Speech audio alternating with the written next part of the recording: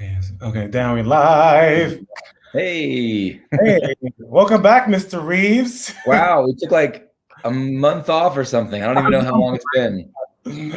Yes, well, it's good to see you. Always a pleasure to be here with you and this Dummy's Guide to Excuses with Jimmy Allen and Kevin Reeves. Welcome back. Good to be here. I'm very excited to be here. We took some time off, but we've got a great topic for you today. We're talking about being afraid of your own potential, Yeah, what that looks like. And we were just talking a couple minutes ago, and you were saying, Jimmy, that that's something that you can totally relate to. yes. I mean, we all can to some degree, but It's being afraid of your own potential within as a leader, as your role as a mate to spouse in a relationship, and all over. And you know, I guess personally, I recall, when I was getting my training, one of my trainings in one of my many training facilities, I was always called something. I was always the one who got singled out, always the one who was expected to speak up because I was sort of naturally been, well, not naturally, but I eventually became this sort of person who would say the things that nobody would say. You know what I mean? Or I would get the thing done diligently without complaining or stuff like that. But I just thought I was being, like what you said earlier, a good worker. You know what I mean? I used to do, and I have for instance, but I used to do everything I could to just fly under the radar, not be noticed because I didn't want to get recognized for anything. I didn't want to feel like people would think I was better than them or nothing like that. And I remember um, I was in this program coaching, and by the end of the program, I was the top coach. Like I had all my clients, participants, like got their goal, met their met their criteria, and I was the last person to get acknowledged. And I was like, like sheepishly, like going in the back, and my leader was like, "What's wrong with you?" Like you just accomplished something so good and then one of the most hardest program and you're just deflecting. This is like you are a leader. You need to start accepting that this is who you are, that you have this sort of gift, this talent, and you're right. just like deflecting this. Like you need to own what you have. And I really had to sit with that. I had to really do some not just reflection, but have some deep conversations with friends I trusted, with some journaling, because I was just like, why am I refusing to accept this call of me when everywhere I go is almost expected of me when I walk Right. into a room? Right. And I had to a lot of deep work, a lot of deep fear of like shame. I didn't want people to think it goes back to like high school. If people thought that I was better than them, I was always ended up in fights. I would always get picked on, and I didn't want that to happen. And I carried that Mhm. on into my adulthood. I think a lot of the times, a lot of us don't step into our potential because of things that happen in our childhood. I've had serious fights in high school and middle school because I was always considered, even thinking about it now, as this leader, and people didn't like that because then it separated me from everybody else, and now I was special. Yeah. Yeah, it's funny because I had a similar experience, but based on totally different things. And mine was the whole thing was I have this potential, and my teachers would always see it, and I'd always get, kind of singled out as like the leader of the group or the class or the, whatever sport team or whatever. And always got that thing. But the thing I hated about it was that I was so afraid to step into that leader spot because I knew how to like be like one of the many fish, but I didn't know how to like, be out in front. I didn't know what that looked like, what was expected of me. What if I made a mistake? Now everyone's watching me. It was terrifying to step out of my comfort zone. And so Yeah. that was like my big thing was like really just trying to keep it how it had been.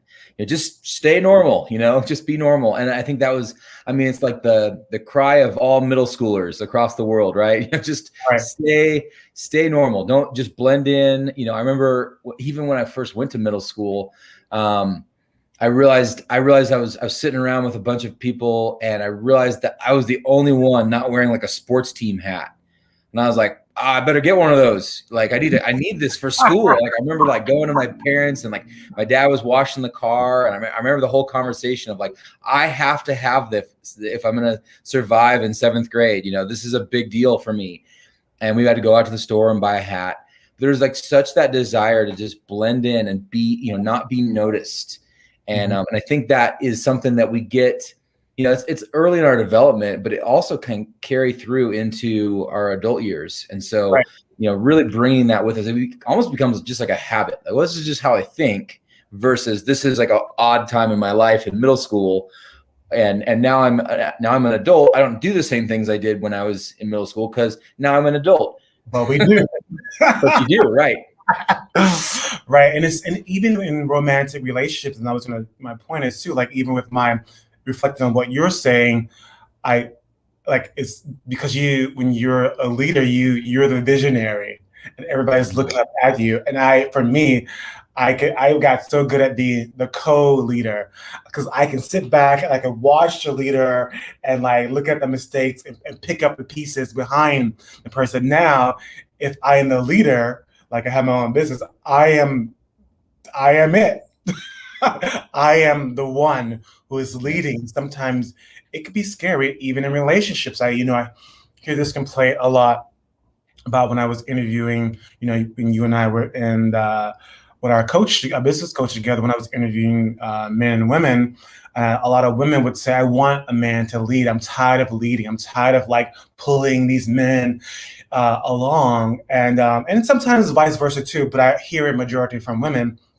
And these women, they see this potential in this person, or the man sees this potential in this person, and are trying to pull along. And sometimes we get so comfortable, and it's fear of leading because we don't want to make a mistake. Because if I make a mistake, one, in a relationship, I may scare this person off. Two, I may be looked down upon, especially as a man.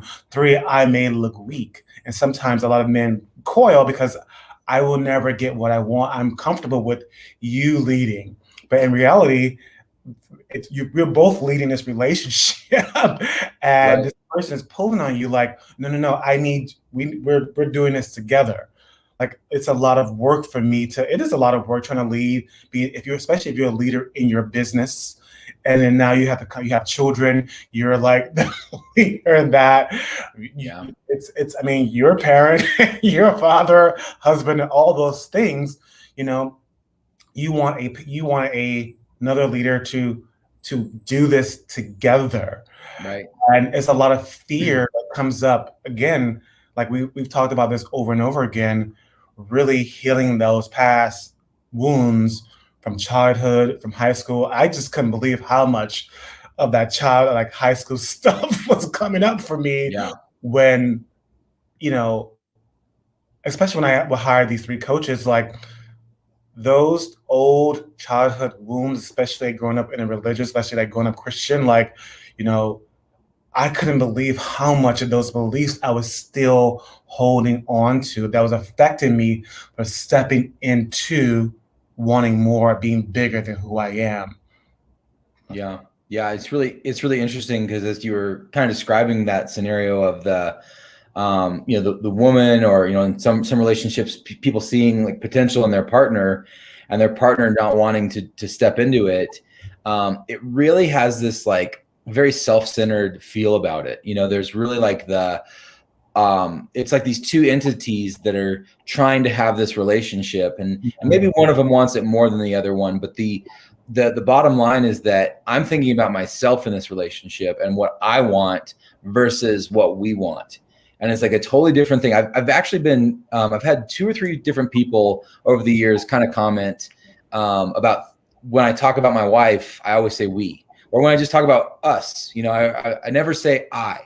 And it's just because, I mean, I got married when I was like 23. So, when you get married that young, it did become a habit, but it's been, this is our decisions, like who we are, what we do, what, yes, I'm my own person in this relationship, but there's definitely like a we to this. And people have been like, that's really cool. You always say we, about your wife. And just, you always include her. And I'm like, yeah, just, this is who we are. And so it's really interesting. And I just think that that's something that comes up in society so often, is where people are we're such a selfish society in a lot of ways, where we really just think about like my needs, what I get from this relationship, how it looks to other people outside of this relationship. Like this person on my arm, I'll look good. And it's not anything about the person who's actually on your arm. It's about what other people are seeing you with. And so that's something that just kind of came up for me as you were talking about that. Cause I think that's something that it's a missed perspective that we kind of tweak, and it kind of gets out of place. And then we end up going like, oh, well, like it's so different. If you were to step into like this potential that you have with like your best friend or with someone who totally cared, that's not nearly as scary as stepping into that role and having like this person actually looking at you, and like they're just kind of like another observer, one of the many that are out there. Like it's such a different perspective. So I just that caught my attention. Well, I really what you love you were saying, because like it's something that we talk about over and over. Like language is so important, because it does include like we are together. And I remember there's a book called, I think it's moving from something to we. Like anyway, the book was about the we conversation, and I never really thought about that as a coach or like in relationships, because when you use the word we, and especially even on a job, how are we going to handle this situation? And like, how are we going to delegate that? It really takes pressure and a lot of fear, because it's like in psychologically is putting us all together. We are figuring out, it's not just one person. How are we going to come together and make this happen together? Because it's not just me. Even though if I am the leader in a job situation, we're a team. all in a team. Yeah.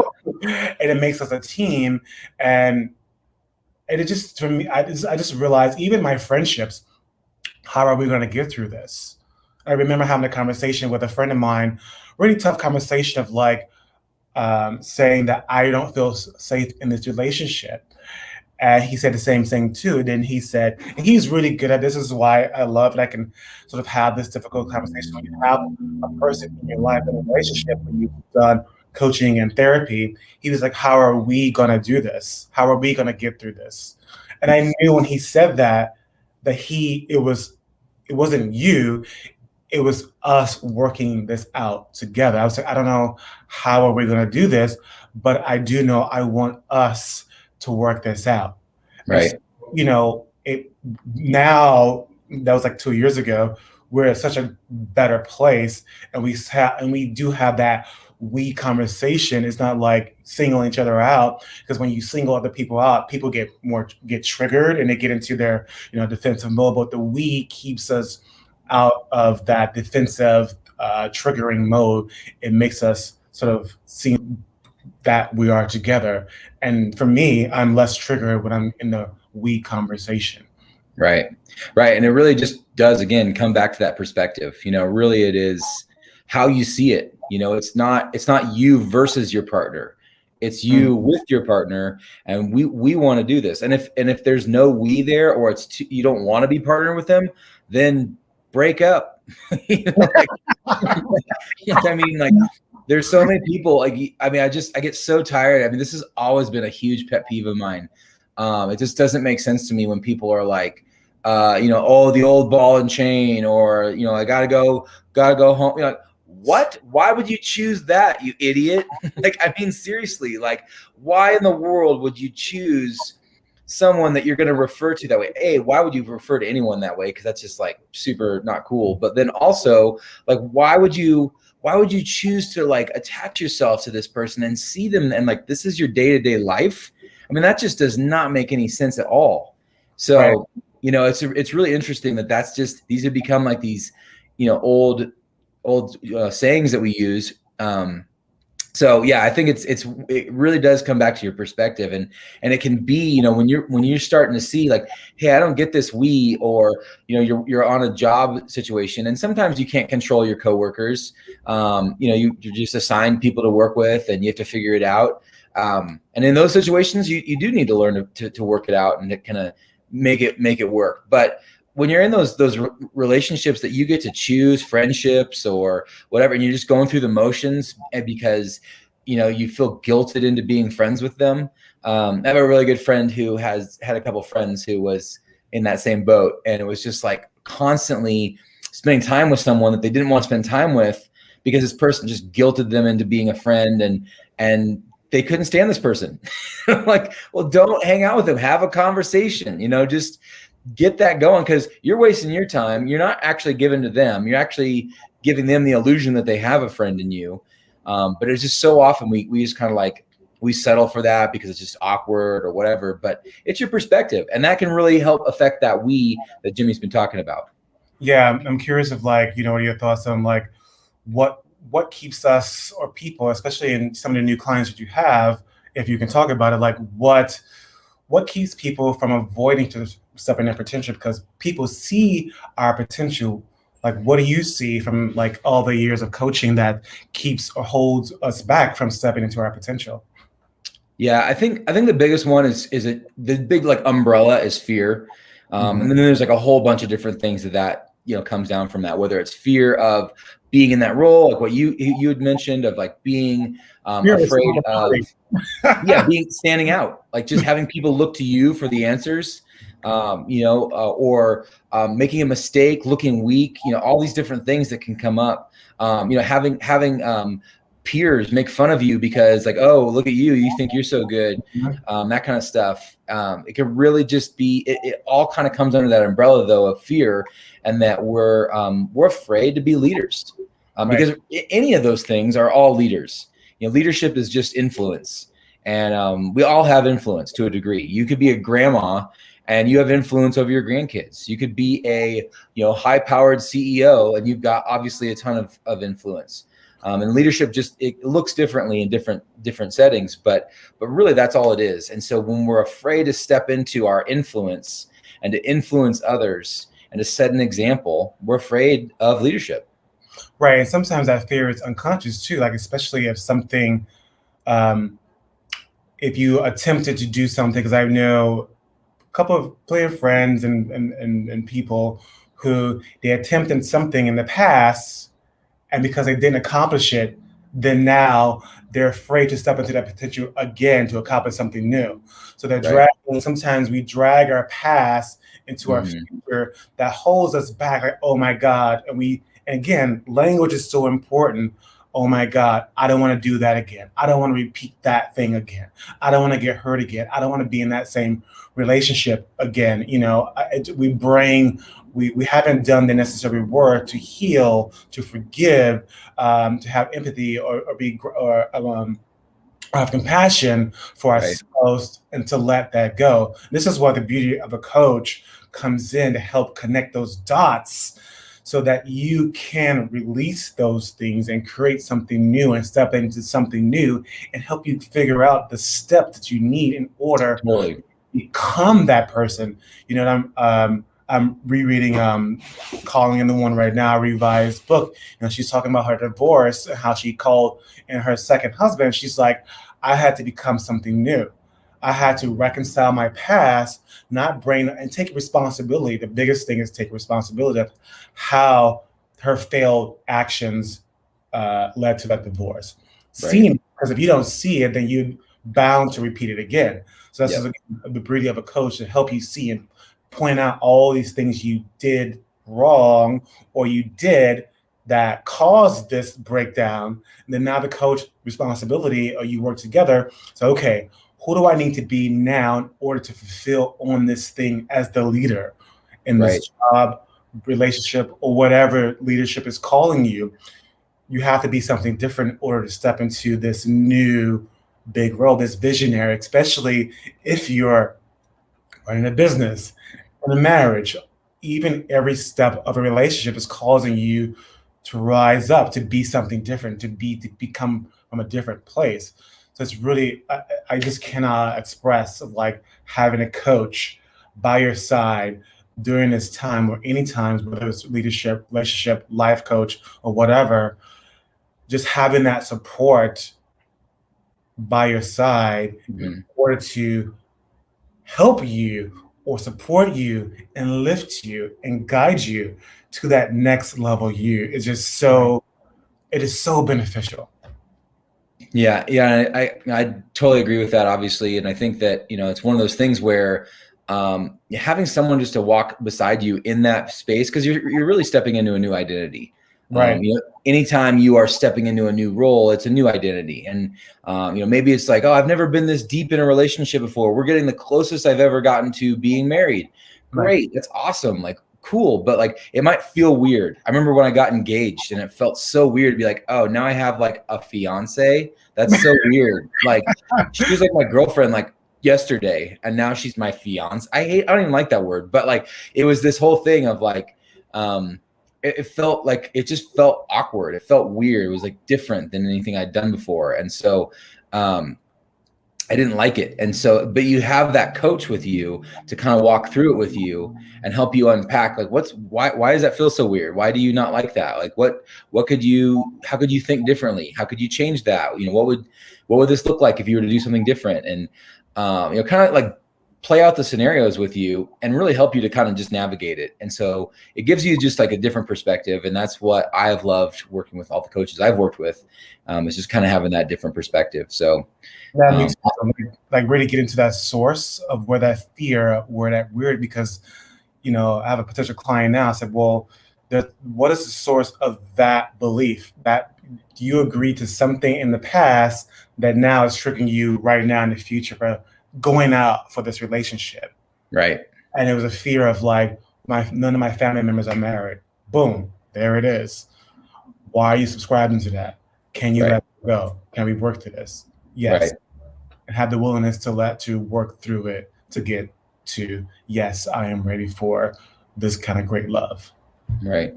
Well, it really comes back to, I mean, so many times, like people don't think that they're like, oh, I don't really need a coach. I'm doing okay on my own. And great. I mean, everybody has their thing, but really it's just about helping you step into a new place in life. It really is about, I've changed so much over the last few years as I've gotten into coaching and the way I think. And I have more confidence. I have more clarity. I have more positivity. I mean, just life just feels easier. Honestly, like I'm not stressed like I used to be.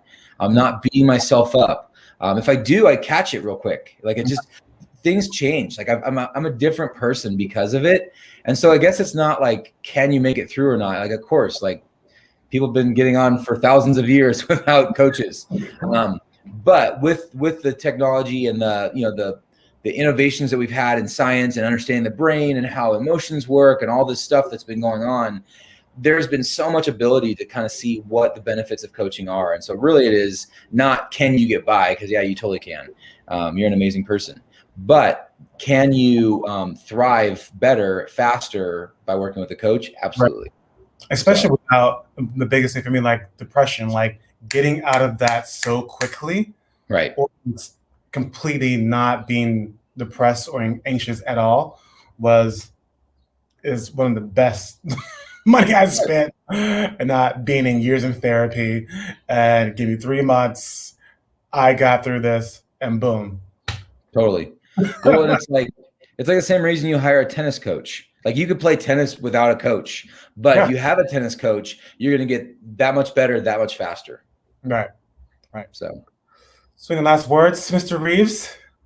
no, get out there and get a coach.